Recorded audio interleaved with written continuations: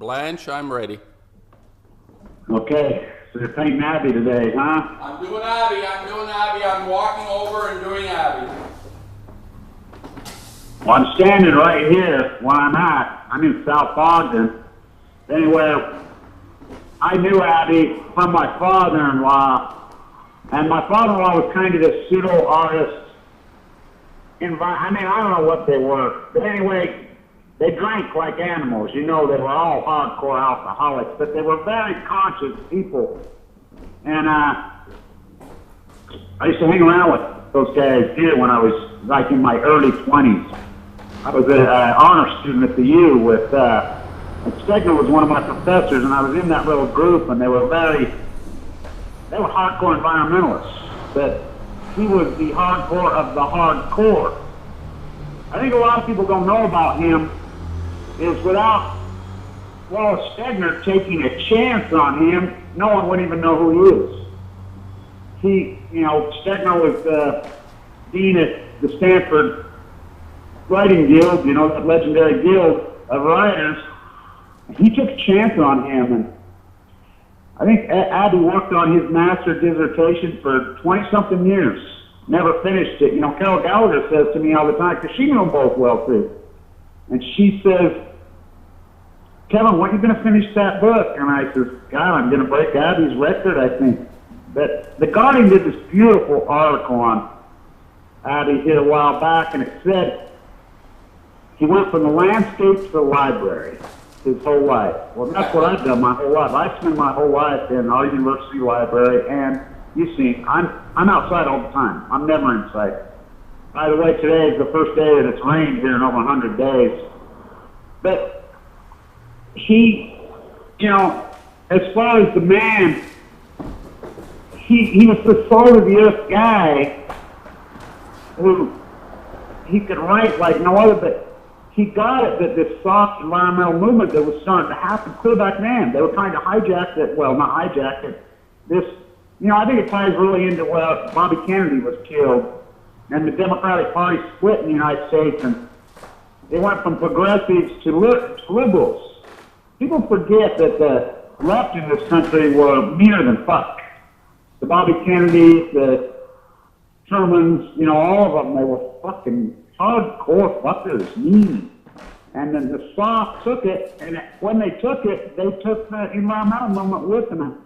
Abbey was a counter to that. Now, Abbey, when he wrote The Monkey Wrench Game, it was required reading in Utah in the 7th grade. It was required. If he wrote that book today, he would be charged as an eco-terrorist and be put in Supermax. I don't know if anybody, and my favorite character in there is Seldom C. Smith. He was a Mormon who would try to pray at, Hoover Dam. But the university that I hang around at, our university, is the university that Utah Construction, who built Hoover Dam. So Abbey in his book said he wanted to blow it up, over and over and over. But he was an amazing, brilliant man. You look at his quotes, you look at his, read his books. Wow. But, he was a hardcore alcoholic, but the greatest story ever of Abbey is his death. His group of friends, and I knew these guys, they were countercultures, hardcore, including my ex-father-in-law. They were brilliant men, and they were all artists in their own way. And they were all people that were connected with the earth. They were construction workers and plasters. A lot of them were rock masons, and, they were in symphony with their environment in a hardcore, they were hunters. They were, these dudes were so, I have this great picture of Abbey with this old beat up 1970 Ford truck with a front end freaking cage. That's what he drove around. I think he was married 6 or 7 times, but when he died, he wanted nothing about this fucking involvement and this whole fucking thing. It gets so much deeper than that, what he was about, but his friends, they loaded him up in a sleeping bag.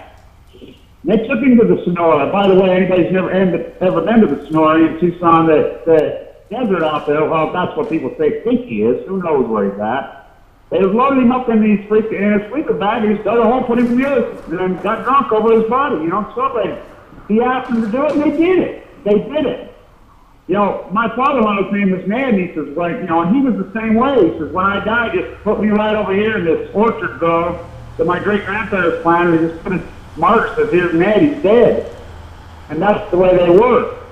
I mean, there was a lot of Utahns that were that way. A lot of Utahns lived that way, and they were hardcore environmentalists. They took no shit. And if fuckers tried to shove something down their throat, they fought it. They fought it like a war. I mean, they considered it a war.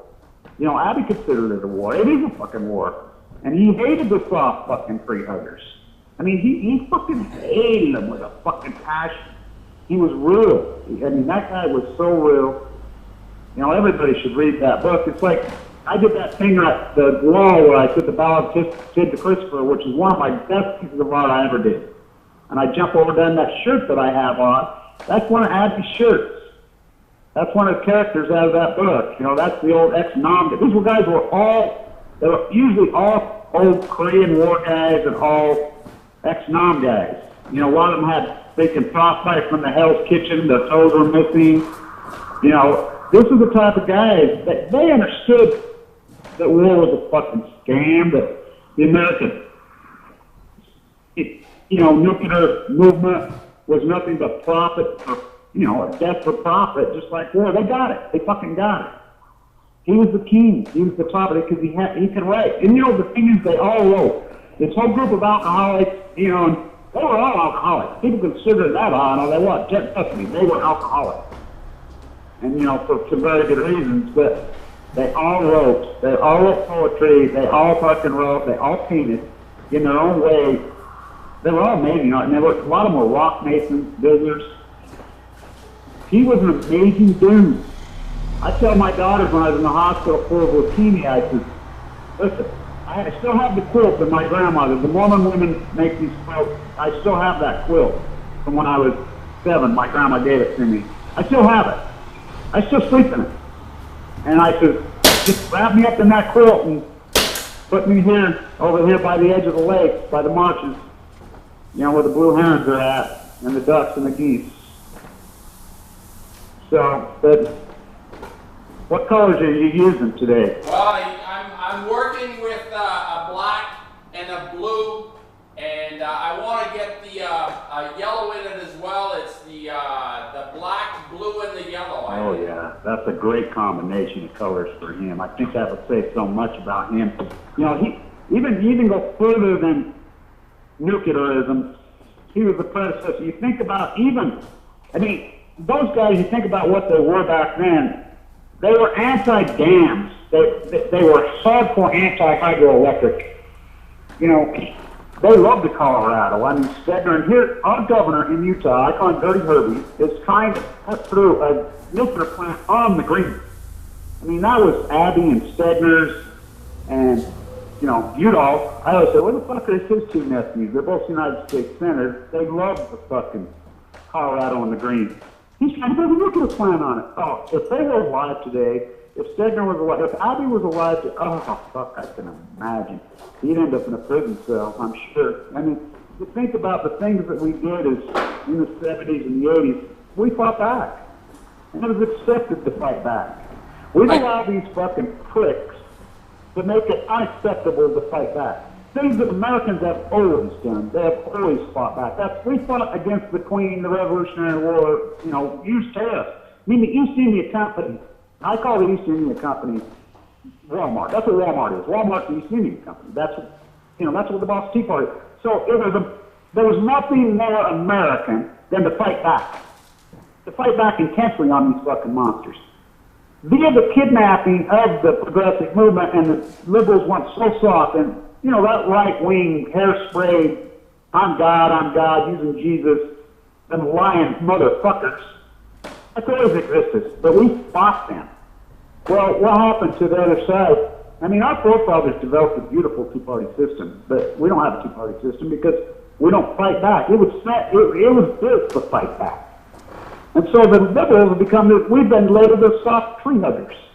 Can you imagine, Abbey? Can you imagine when somebody walking up to that fucker and saying you're a soft tree hugger? He'd crack you across the face with a whiskey bottle.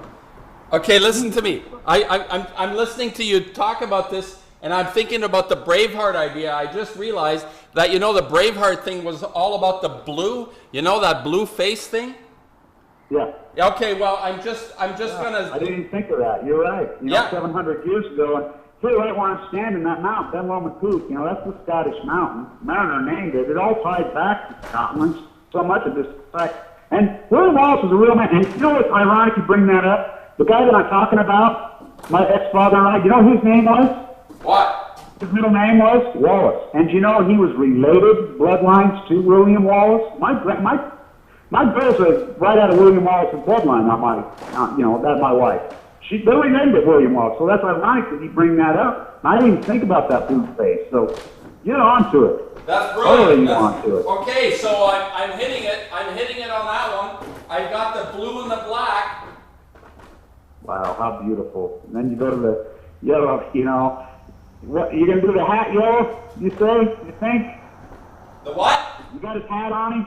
I got the hat on him, yeah. And I want to do the hat in the yellow. What do you think? Yeah, because, I mean, we need, like I said, I think that you're right. You got it. And because you got the blue and the black, and then the yellow is so nuclear. But another thing, too, about him, he loved flowers, and he loved wildflowers. A lot of people don't know about that. Think about this. There's one, you know, you go back to Van Gogh and the yellow sunflowers. You know, you got to realize how worshipped flowers were in Holland in those days. They were the currency. And, you know, he countered with it. What is the only natural plant on Earth that actually eats man-made nuclear fallout out of the atmosphere? Sunflowers, yellow, black and yellow. I mean, it's so irony that the nuclear industry, what they've done with those colors, and it's going to spit back right in their face. You know, the bumblebee and the sunflower. You know, so the that's yellow the color is that I've been using. the yellow. I love those colors. The yellow is the most difficult color to paint. I find the most difficult color to paint is the yellow. And there are very few artists. Van Gogh, I said, liberated yellow. Yeah, that's what his yellow, he was the master of yellow. He's the only guy that's ever been able to master yellow. I use yellow quite often too, and you're right. I mean, I use it with a lot of red, because I like to use a lot of earth tones from here in the desert where I live, where Abbey lived here in the desert. By the way, like I said, today's the first time it's rained in over 100 days. I mean, it's so fucking dry, you wouldn't believe it. A heat wave from hell, but yeah, those desert colors, you know, and those desert flowers, by the way, most desert flowers that bloom across this Great Basin desert, they're yellow. Really beautiful yellow. And people want to fucking kill them. They spray poison all over and kill them and grow fucking grass. And the hideous is green. I'm so sick of looking this fucking fake green, what lawns are. You know, again, Albert Abbey. He was such a purist. He was so organic. He was so authentic. He was the king. You know, if we had, you know, Tim DeChristopher and people like that try to say they're like, they're not Abbey. They're not even close to fucking Abbey. You know, DeChristopher is, boy, he is. I love the kid, but he's no Edward Abbey. Edward Abbey was a fucking artist. I mean, he's in Pennsylvania writing. I mean, you even read his early stuff. And Stegner was so fucking... Stegner could have lived anywhere he wanted, by the way. Another artist. You think about these guys, they were artists. Stegner... A lot of people don't know this about Stegner. When he came out of Canada, him and his dad were his little boys. They were stopped in Helena, Montana, or Great Falls, I believe. And he went out and got, you know, mowing people's lawns. He only had like 3 people that mow lawns. One of them was Charlie Russell, the Western artist. I mean, so these people, they're all artists. And boy, did they get it. Oh, they got it. And they shaped culture. Like I said, that was required reading in the 7th grade here. You go to Supermax for that book now. I mean, by the way, it's a little teeny book. You know, I've been reading it to my grandson. It's such a cool book. What are you reading? Young people. What's that? What book are you reading to your grandson? The Monkey Ranch Gang. They love that book. My little grandson loved that book because it has characters in it, you know. And I skip over the swear words for them, you know. Yeah. But I don't know why I do that. You know, they get it from me anyway and everybody else, but they get it, you know. To try to shelter children from the reality is wrong. You know, you've got to shelter them and nurture them from you know, they really should be nurtured from watching Fox News and these hairspray phonies and these plastic females. That's what they should be sheltered from. I mean, look what it's groomed us into. By the way, me and my grandson was watching Sesame Street the other morning night because I can remember the first day that it started. I love that. There's still good stuff out there. PBS does great stuff. But these kids are bombarded. I mean, we're bombarded with these newscaster types that talk all night. So the Pacific Ocean is being nuclear destroyed. It's a genocide. Let's check the news. You know, Abbey would flip his fucking lid. I could see him. You know, but what are those guys? Well, you can't do that because we flipped that. We made that against the law. I mean, if you do any of these things even close to what these guys did, this culture has no respect for art. None. The United States has no respect for fucking artists. They have no respect for the fucking earth. They have no respect for the fucking Mother Earth whatsoever. None. None. You know, Cobain's line. What's Cobain's line? Nature is a whore. In bloom. There's another one who's an environmentalist. People don't know. Kurt Cobain was an environmentalist. You listen to the lyrics. In bloom. You know, people don't know what's in bloom. That's when an animal's in heat. You know, the earth, oh yeah, it's in heat. And heat. Nature is a whore. You know, what are we doing to it? What the fuck? I mean, this is all we have for time and all eternity. And I haven't got it. He wrote about it over and over, but that was in the 70s. So now I'm showing. I'm standing in front. I'm standing in front of the camera, and you know, as you're talking, I'm realizing that what you and I are doing is it's never been done before.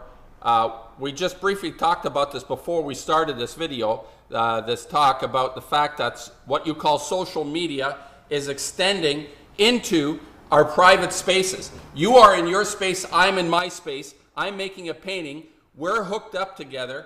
And your comments are creating, in a way, my painting. And this is... Well, it's powerful. It's amazing. It's never been done before. I mean, it's so perfect for the information age. The information age is the most powerful thing ever invented in the history of humanity, except for maybe nuclear. You know, on the negative. So you think about it, it's the counter to negative. Negative evil. This is powerful. People are behind the curve on the information age. It is, you know, if people want to use it quirky and goofy. It's not quirky and goofy. You know, doctors are starting to use it. They should have been using it the whole time. Attorneys, you know, the professional type. You know, but as far as information, artists. You know, it's not just digital art. You know, that's what everybody tried to kidnap it as digital art. It's what we're doing right here, right now. It's like I said. I mean, here I'm in Utah, standing anywhere. I'm standing right out here. It's raining. It's under my beautiful, incredible Wasatch. You're up there in Canada painting, and we're collaborating. What word do you use? The cooperation. No collaboration. Give me the collaboration. I forgot. Cooperation. Collaboration. Fuck collaboration. Fuck collaboration. Yeah, fuck collaboration, because I don't want to be fucked with. I get you. Yeah, I don't want to be fucked with in my stuff. I don't want to be meddled with, but I'll cooperate. I'll cooperate with you any day, but I don't want to be fucked with my stuff. And my stuff, you know, as far as post-ignorance, a lot of people, I invented it on 10-10-10. By the way, I invented it in the same library that Edward Abbey wrote a lot of his stuff. I'm going to write a book about that library. Edward Abbey was in that library all the fucking time, in the same fucking library at the university. Where's that, Ogden? In the same place, ignorant. I invented it in the same place he wrote a lot of his stuff. So I think it's on 10-10-10, and I want people to collaborate with me. You know, that's what I say, post-ignorance, and I have that big logo, your logo here. Yeah, I may have invented it, but it's so much bigger than I will ever be. It's a fucking seed. I want people to take, and I don't want people to profit from them.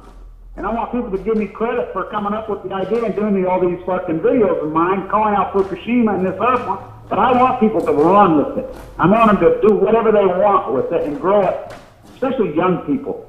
That video that was tagged by you by that woman in Scotland, by the way. She is gorgeous. She's beautiful. Beautiful. Oh, that video is so perfect. She has nailed post-ignorance. Just, you look at that piece of art she did. It's so raw, it's so organic, but it speaks, it's metaphor. Boy, does she get my movement. You know, that's what it is. And, you know, go with it. I love it. Yeah, sure. Her name, her YouTube name is Lorna Too Funky. Lorna Too Funky. Yeah, and that video, it's called Post-it and it's Free Radicals, you know, and that's what we're up to. You know, and we found each other via the internet. I don't know how, but we were both doing these things before Fukushima happened, both of us. Yeah. You know, I used to think, this fucking crazy whacked out fucker up in Canada sends me this shit in the mail, and I get this shirt. Why I'm in critical condition, in the hospital, almost dead. And it says, dead man standing. I'm like, I looked at that shirt and I said, either this fucking guy has got a lot of fucking balls and he's a fucking, gotta be some sick motherfucker, or this guy gets it, one of the two. So I started checking this guy out, and it was, you know, you, Thomas Ackermann. I'm like, oh, this guy, this ain't no insult. This, you know, because I get people all the time, ain't you dead yet? You know, people that actually room for me to die because I soberly took chemo and smoked weed away. That's brutal. The children were so. That's brutal. You're telling. Yeah, you're telling me that people actually sent you while you're on your fucking deathbed. They say, why aren't you dead yet? Yeah, including Chris Busby.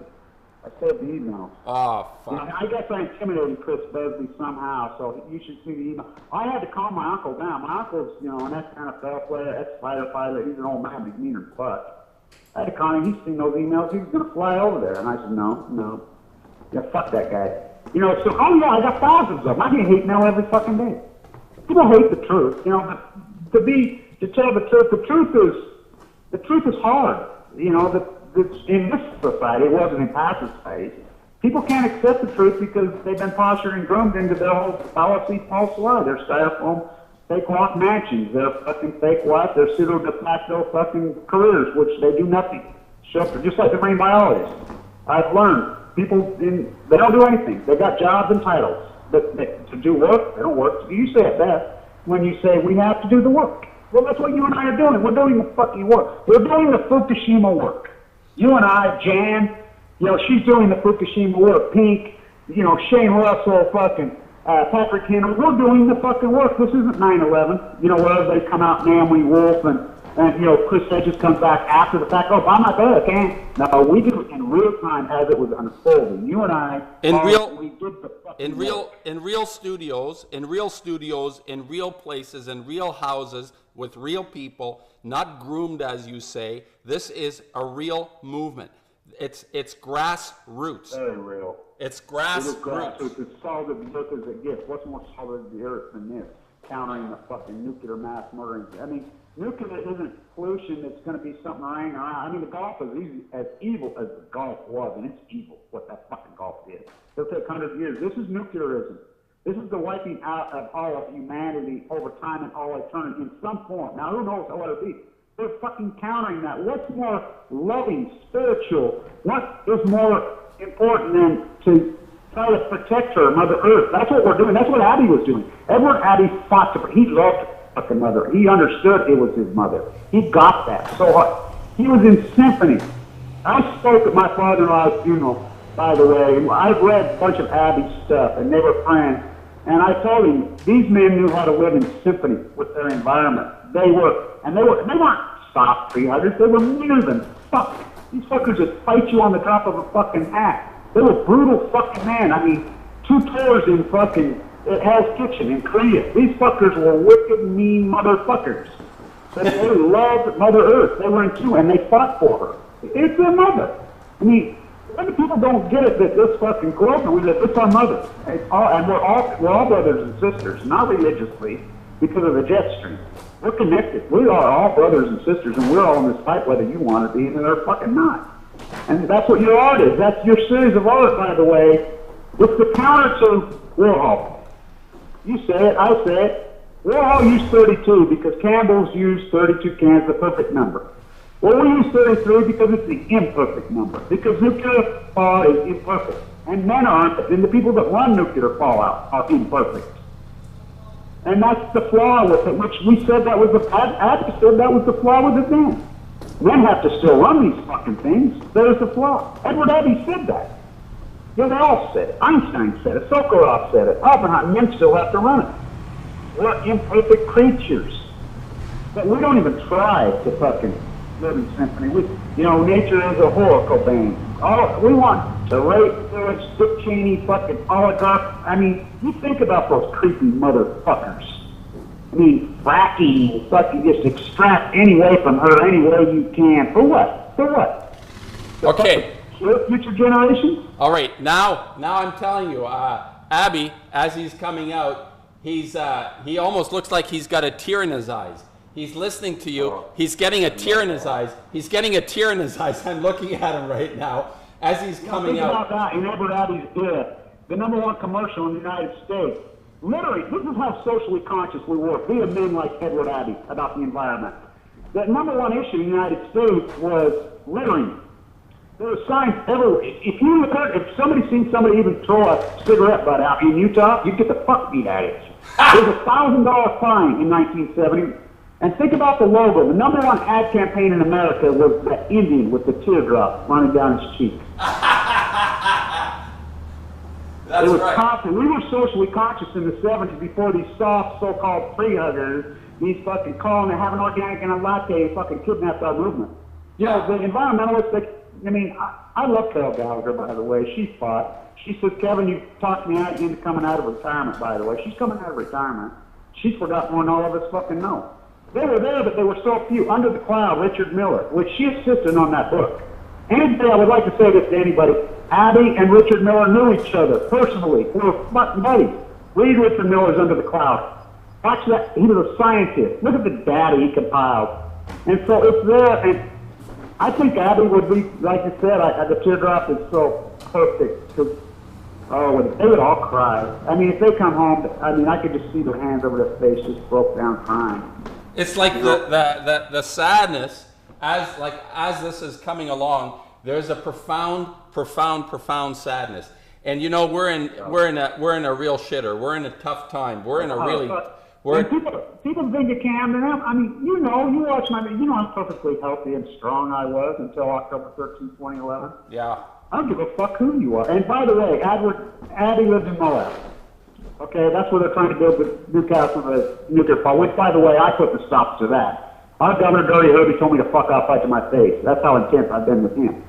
With a central line hanging out of my doctor, my doctors are anti-nuclear because they know nuclear causes cancer. But by the way, Moab, to all you people, wake up, fuckers, in southern Utah, it is the cancer capital of the world. Of the world. 300 open-air tests reigned over southern Utah. And everybody forgot? Plutonium didn't forget. It's killing more people today than it did in the 50s or the 60s. When you talk about downwinders, you cannot talk in past tense. You have to talk in present tense and in the future for at least 24,500 years. It is the cancer, and that's where Abbey lives. Now, Abbey, tube esophagus went on him. He was pretty young, but you got to realize the guy drank 2 fists of whiskey a day. You know what his greatest? I love his one quote. He says, "I'm an expert in marriage." Ask me. He says, "I've tried it 7 times." I don't know if it was 6 or 7, but and by the way, this woman who I know really well, she was at our university the other day, very close friends with Abbey. Me and her had a great talk the other day. And, she's awesome. Everybody in Utah knew him. He knew everybody did. He was so connected with people. keg parties were legal in those days. He'd show up at keg parties. That's the kind of guy he was. Yeah. And he just looked like some fucking, he looked like a fucking normal fucking, hillbilly fucking around. People didn't know his, scraggy hair, fucking beard, beat up fucking truck, with a fucking pushed up beer can in one hand and a fucking half sip of whiskey. That was normal around here. That's the way Utah works. These people were wilderness livers. This is before Utah grew up. I don't know anybody who's never been here. The landscape in Utah is beyond spectacular. That's what's so sad about it. The most beautiful landscape maybe on earth across this state. That's why I don't leave. And these fuckers have poisoned it with nuclear fallout. So it's this beautiful thing that's like, I guess it's like a really beautiful female if you don't know anything about it. Maybe you're in love with and she's, robbing your bank account. I don't know, robbing more than that, robbing your entire future. Okay, now I want you to have a really good thought because I need, I think I sent you that Abbey portrait, pencil portrait, and he's got a shirt with this funny looking thing on it. I'm stuck now. I need a color for the shirt Because, okay, I got this sort of green. It's gotta be orange, doesn't it? Yeah, you like the orange idea? Did he wear orange? The orange is the leukemia color, and orange is a powerful, powerful color. That's why it was picked for leukemia. It is leukemia color, and I mean, you think about, yeah, he died of esophagus, but all his group. You're seeing cancer. Every one of his friends died of cancer. They all died of fucking cancer. You're seeing it as an orange. Yeah, I'll tell you a great story. Right here by the pond where I shoot those videos. God, this was long. I was a young hippie. Well, I wouldn't call me a hippie. I had this long blonde hair. I was a really tough kid. I was progressive, but I was an artist. I had this beautiful, crazy blonde hair. I had, you know, and the girls I was hanging around with. I think that's why Abbey used to kind of hang around with the freaking art group too, because we had all the beautiful girls. The beautiful girls in those days were environmentalists. They had the flowers in their hair. They were the Edie said it with. Utah was, the beautiful females in Utah were everywhere, and they were hardcore environmentalist chicks. I mean, if you come out wearing hairspray douchebags like they are now, these girls would spit in their face. They were into the art. They were into the freaking environment. They really did all wear flowers in their hair. So here's Abbey and I over there watching the fireworks show. And drinking. He's passed out on the fucking blanket. These girls put fucking, you know, wildflowers all over in his hair while he was passed out. You know, and he, you know, these guys, his group, you know, I think it was his wife who actually did it, whoever that was at the time. He had so many of them. But, you know, wakes up with these flowers in his hair, and he kept them in his hair. You know, he laughed. He fucking thought it was great, you know. I'm doing the orange. I'm doing the orange. Just read quotes. Wow. With one-liners. I mean, fuck, what wit. What a fucking mind he had. He was a fucking genius. I'm doing the orange. I'm doing it. All right.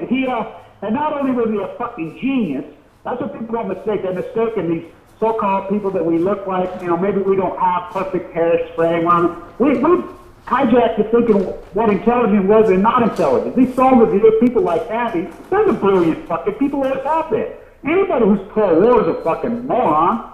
I mean, you know how anti-war he was, of course. I mean, they were all nom guys. His whole crew was fucking nom guys and fucking Chris. Hell's Kitchen's fucking guys. The greatest battles in the fucking, that was his clan.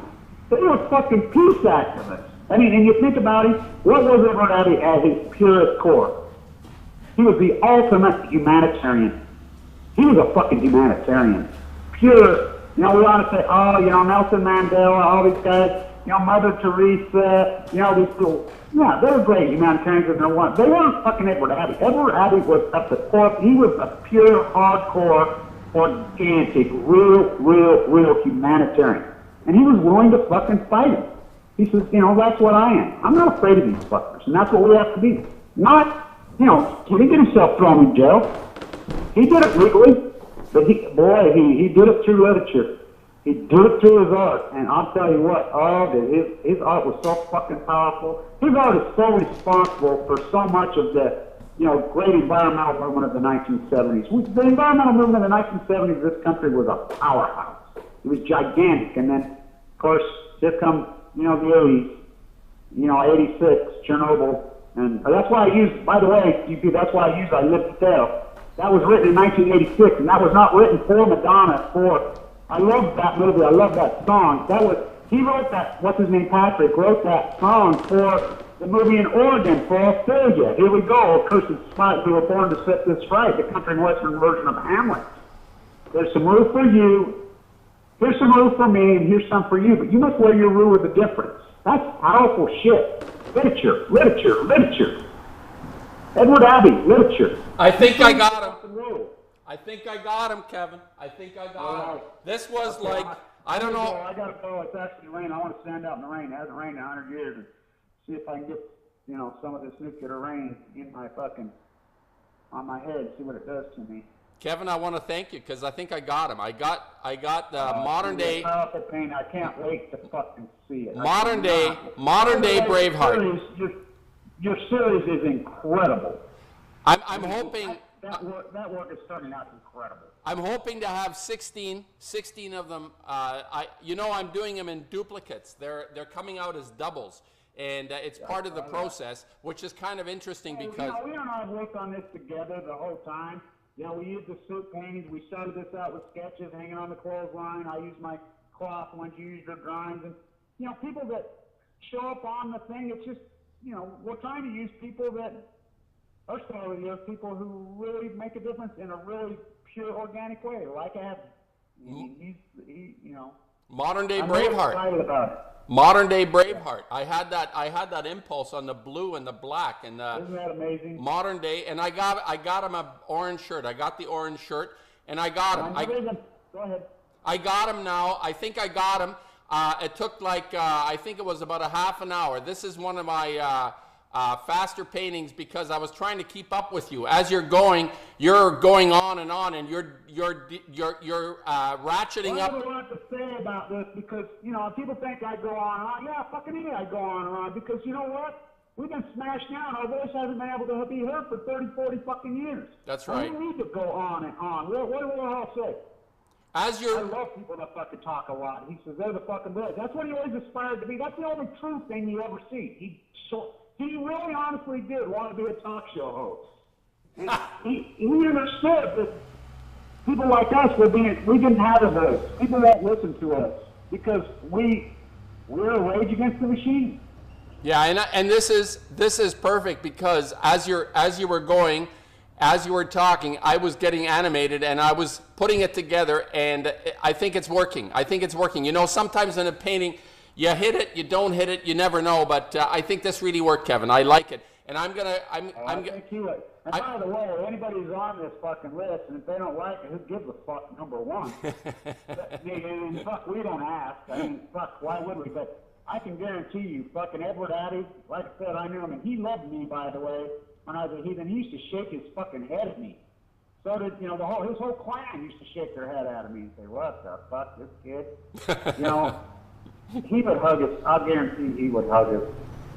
You know, Kevin, in all of this tribulation and difficulty, we got to find somewhere within each other the joy, the pleasure. It's what I talk about. I love this. I have so much joy in all this because it's the art, and art makes me happy. There you go. Visual art, my videos. When I see, I tell my daughters all the time, they can take everything in the fucking world from me. I walk into the fucking moment, and I stand in front of that painting where the Papa painted that little boy with the horse. That's right where I go. My fucking mind races in so much fucking joy just looking at it. And I look at beautiful fucking great art, and I can identify fucking art. That's why I identified you. I mean, I love people that try to fucking, you know, get into fucking bed with me on posters and I don't fuck no. Because I can see, you know, that's powerful shit. Really powerful. I think you know, Kevin, this is I think the basis of our cooperation is that we have a fundamental feeling of wanting to enjoy each other and encouraging each other in the best parts of us. It's not like complaining and fucking sitting around and it's like, oh, blah, blah, blah. Yeah. Poetry. This, exactly. Beautiful. Exactly. And this is what people don't understand. The pleasure, the joy in this makes you want to live. If you don't understand it, go watch fucking Braveheart. Go watch Seabiscuit. I make my kids watch Seabiscuit every time they get depressed. Nice. I mean, it's poetry. Poetry is hard, it's tough, it's strong, but the one component that our art has that gives me so much joy, the truth. Yeah. It's simply the fucking truth. Beautiful, beautiful. And the truth is righteousness. This is righteousness. Not some religious kidnapped fucking organized religion. It's organized religion. It's organized religion in every fucking way. Thomas Jefferson. The fucking root of all evil is organized religion. Oh, they got it back then. Yeah, we're connecting on a level that's primeval. It's sort of like sitting around the campfire and feeling the absolute exaltation. You look up into the night sky and you see the stars, and it's that kind of a feeling. You know, you're with each other. That's what Abbey did every night of his life. You know, that's what they did. They sat in the desert and they camped and they looked at the stars, and that's what he came up with his great writing. That's what they did every night. They sit on the campfire, looked at the stars, drank, listened to the fucking coyotes fucking howl. That's what he did his whole fucking life. And he wrote next to the campfire like so many fucking great Western artists did. Yeah. You know, he might have been from Pennsylvania, But he was so Utah. Oh, he was so fucking Utah. You know. You realize, of course, that the joy, this primeval joy, has been extracted from the art these days. It's also clinical. It's also completely contrived. There's no joy left in it. It's like, what is it? What the hell are we looking at? Sticks and feathers on the floor. I don't know what the hell.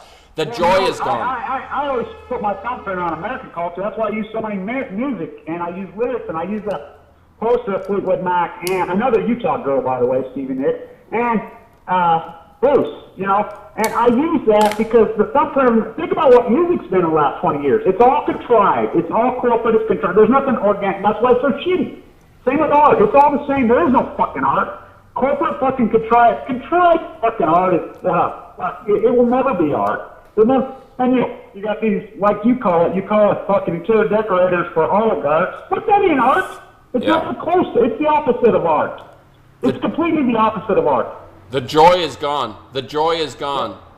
We're putting the joy back into it. We're putting the joy back in. Scotland. That was joy. That's joy. It's the poetry of the angel is beautiful. It's joyful. And let me say this.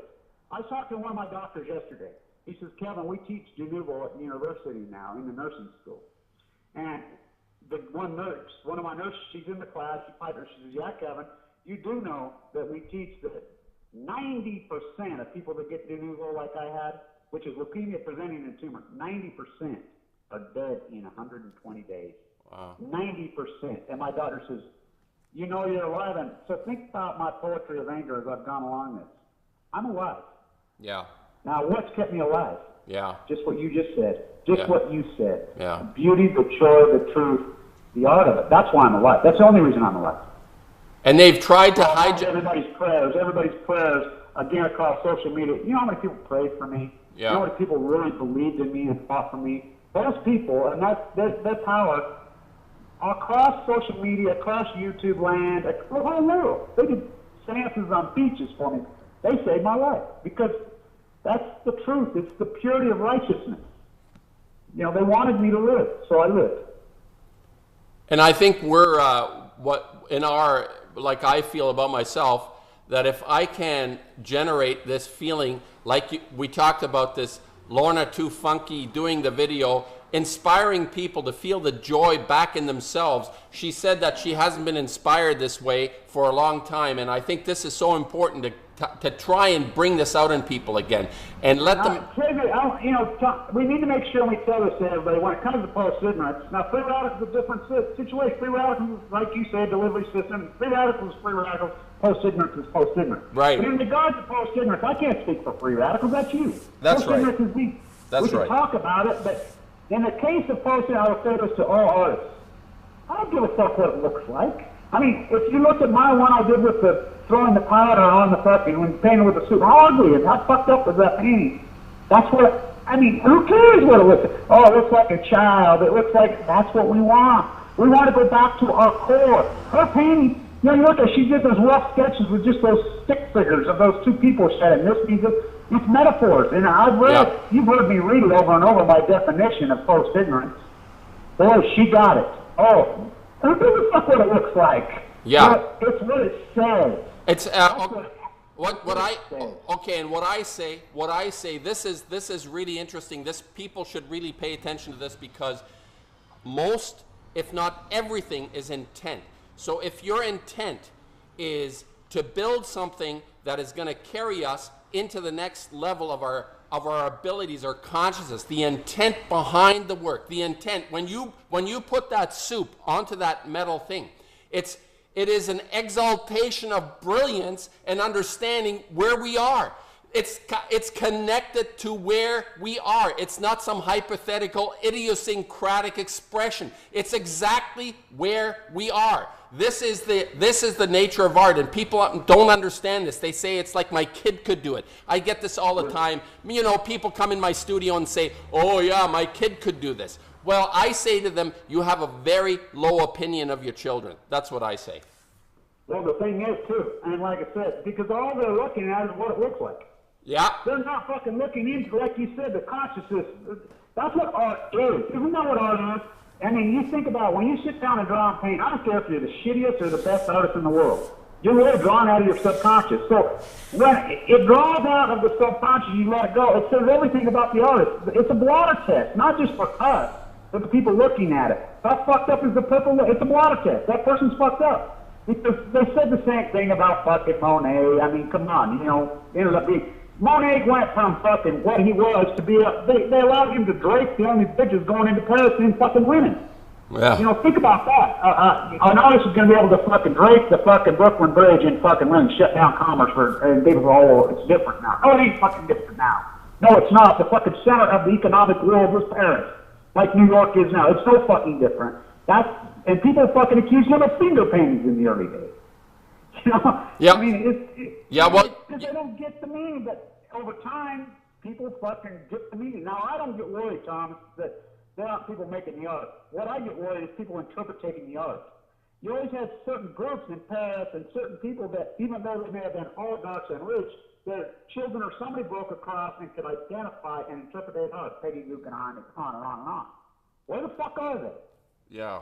Yeah, we need the Guggenheims to come on board. We need the Guggenheims. We need someone who can identify some kind. I don't give a fuck if your art, my art, Yeah. Somebody, I can't find any art who's got any fucking meaning. Yeah. I mean, I look at reflectionary art, which I term contemporary art is under reflectionary. As post-ignorance, I say, Popism died 3/11/11. Now, they would say, oh, Popism died a long time. No, also Popism come out of it. Then Neo-Popism come out of it. But it's still Popism. And it fucking died. And post-ignorance is the counter to all of that. It's just what the word says. Post-ignorance, counter ignorance.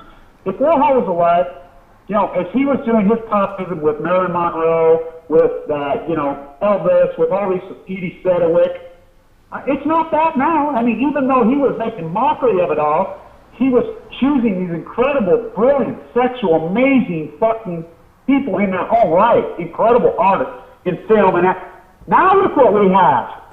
That's right. The modern day fucking Popism creature compared to Edie Sedgwick, compared to Elvis Presley, compared to Marilyn Monroe, that's like comparing a fucking, you know, a Bugatti to a 1972 Pinto. It's the girl with the tongue. It's the girl with... I think if he wouldn't have died, Ackermann, I think if Warhol would not have died, this would have never continued. I think he would have put a stop to it, to his art. Yeah. But nobody picked it up, and these people that picked up after Warhol, you know, what's his name made the beautiful drawing of American Graffiti, that album cover. By the way, I'm going to go to that building when you and I are there. Yeah. And he's, you know, he's a Warhol protege. Oh, I'm looking forward for you to give me a little bit of a tour of where you're walking around down there. We'll get into some art while we're there, some amazing fucking art. But and anybody want... When he wrote the song, Live the Tale, and, you know, Physical Graffiti, that album cover is a brilliant, amazing piece of art. And Kevin, you got people can come along. People can come along. It's not... They're going to come along. Yeah. We have a lot of people that are showing up. Okay. And we're not going to talk just about art. We're not going to talk just about culture. We're going to talk about why and how we put a stop to nuclearism. Yeah. You know, real... That's what it's all about. That's what it's about. That's what it is. It's intellectually immoral. Yeah. It's the Blue Edward Abbey, how to stop this nuclearism. That's what it's all about. That's what it's about. I got it. I can't wait to see it. I nailed him. Thanks, Kevin. I nailed him, and I'll finish him off. I really do love your work. I really appreciate everything. We're doing it. We're doing it. Okay. Bye.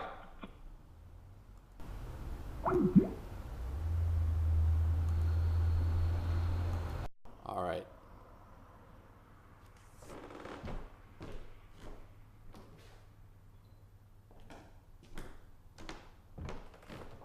Blanche, I'm ready.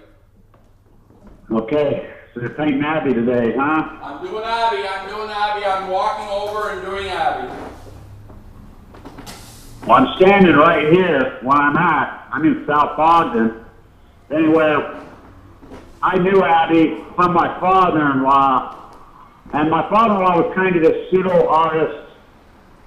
I mean, I don't know what they were, but anyway, they drank like animals. You know, they were all hardcore alcoholics, but they were very conscious people. And I used to hang around with those guys here when I was like in my early 20s. I was an honor student at the U with Stegner was one of my professors, and I was in that little group, and they were hardcore environmentalists. That he was the hardcore of the hardcore. I think a lot of people don't know about him is without Wallace Stegner taking a chance on him, no one would even know who he is. Stegner was dean at the Stanford Writing Guild, that legendary guild of writers. He took a chance on him, and they took the environmental movement with him. And Abbey was a counter to that. Now, Abbey, when he wrote the Monkey Wrench game, it was required reading in Utah in the 7th grade. It was required. If he wrote that book today, he would be charged as an eco-terrorist and be put in Supermax. I don't know if anybody, and my favorite character in there is Selden C. Smith. He was a Mormon who would try to pray that, Hoover Dam. But the university that I hang around at, our university, is the university that Utah Construction who built Hoover Dam. So Abbey in his book said he wanted to blow it up, over and over and over, but he was an amazing, brilliant man. You look at his quotes, you look at read his books. Wow. But, he was a hardcore alcoholic, but the greatest story ever of Abbey is his death. His group of friends, and I knew these guys, they were counterculturists, hardcore, including my ex-father-in-law. They were brilliant men, and they were all artists in their own way. And they were all people that were connected with the earth. They were construction workers and plasters. A lot of them were rock masons, and, they were in symphony with their environment in a hardcore, they were hunters. They were, these dudes were so, I think Abbey worked on his master dissertation for 20-something years. Never finished it. Carol Gallagher says to me all the time, because she knew them both well too. And she says, Kevin, when are you going to finish that book? And I says, God, I'm going to break Abbey's record, I think. But The Guardian did this beautiful article on Abbey here a while back, and it said he went from the landscape to the library his whole life. Well, that's what I've done my whole life. I spent my whole life in our university library, and you see, I'm outside all the time. I'm never inside. By the way, today is the first day that it's rained here in over 100 days. But he, as far as the man, he was the salt of the earth guy who he could write like no other, but he got it that this soft environmental movement that was starting to happen clear back then. They were trying to hijack it, well, not hijack it, this, I think it ties really into where Bobby Kennedy was killed and the Democratic Party split in the United States, and they went from progressives to liberals. People forget that the left in this country were meaner than fuck. The Bobby Kennedys, the Shermans, all of them, they were fucking hardcore fuckers, mean. And then the soft took it, and when they took it, I have this great picture of Abbey with this old beat-up 1970 Ford truck with a front end freaking case. That's what he drove around. I think he was married 6 or 7 times, but when he died, he wanted nothing about this fucking embalming and this whole fucking thing. It gets so much deeper than that, what he was about, but his friends, they loaded him up in a sleeping bag. They took him to the Sonora. By the way, anybody's ever been to the Sonora in Tucson, the desert out there, well, that's what people think he is. Who knows where he's at? They loaded him up in a sleeper bag, and he dug a hole, put him in the earth, and then got drunk over his body, celebrated. He asked them to do it, and they did it. They did it. My father-in-law's name was Ned, and he says, and he was the same way. He says, when I die, just put me right over here in this orchard grove that my great-grandparents planted, and just put his mark says, here's Ned, he's dead. And that's the way they were. There was a lot of Utahns that were that way. A lot of Utahns lived that way, and they were hardcore environmentalists. They took no shit. And if fuckers tried to shove something down their throat, they fought it. They fought it like a war. They considered it a war. Abbey considered it a war. It is a fucking war. And he hated the soft fucking tree huggers. He fucking hated them with a fucking passion. He was real. That guy was so real. You know, everybody should read that book. It's like, I did that thing at the wall where I did the Ballad of Sid to Christopher, which is one of my best pieces of art I ever did. And I jump over then that shirt that I have on, that's one of Abbey's shirts. That's one of the characters out of that book. You know, that's the old ex-Nam. These were guys who were all, they were usually all old Korean War guys and all ex-Nam guys. You know, one of them had freaking frostbite from the Hell's Kitchen, their toes were missing. You know, this is the type of guys that they understood that war was a fucking scam, that the American, nuclear movement was nothing but profit for, a death for profit, just like war. They got it. They fucking got it.